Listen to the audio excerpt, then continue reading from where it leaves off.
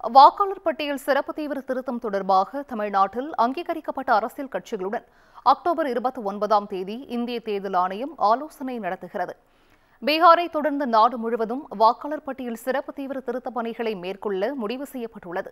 இது தொடர்பாக அனைத்து மாநில தலைமை தேர்தல் அதிகாரிகளுடன் தேர்தல் ஆணையம் உயர்நிலை கூட்டங்கள் நடத்தியது.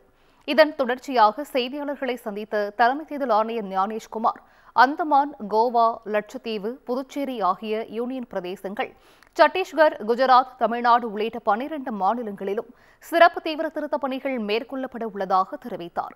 நவம்பர் 4ஆம் தேதி முதல் கணக்கெடுப்பு பணிகள் தொடங்கப்பட்டு டிசம்பர் 9ஆம் தேதி வரைவு பட்டியல் வெளியிட திட்டமிடப்பட்டிருப்பதாகவும் 2026ஆம் ஆண்டு பிப்ரவரி 7ஆம் தேதி இறுதி வாக்காளர் பட்டியல் வெளியிடப்படும் எனவும் கூறினார். இதற்கான பயிற்சிகள் நாளை முதல் வழங்கப்படும் எனவும் தலைமை தேர்தல் ஆணையர் ஞானேஷ்குமார் தெரிவித்தார். எஸ்ஐஆர் தொடர்பாக தமிழ்நாட்டில் அங்கீகரிக்கப்பட்ட அரசியல் கட்சிகளுடன் அக்டோபர் 29ஆம் தேதி அன்று இந்திய தேர்தல் ஆணையம் ஆலோசனை நடத்துகிறது.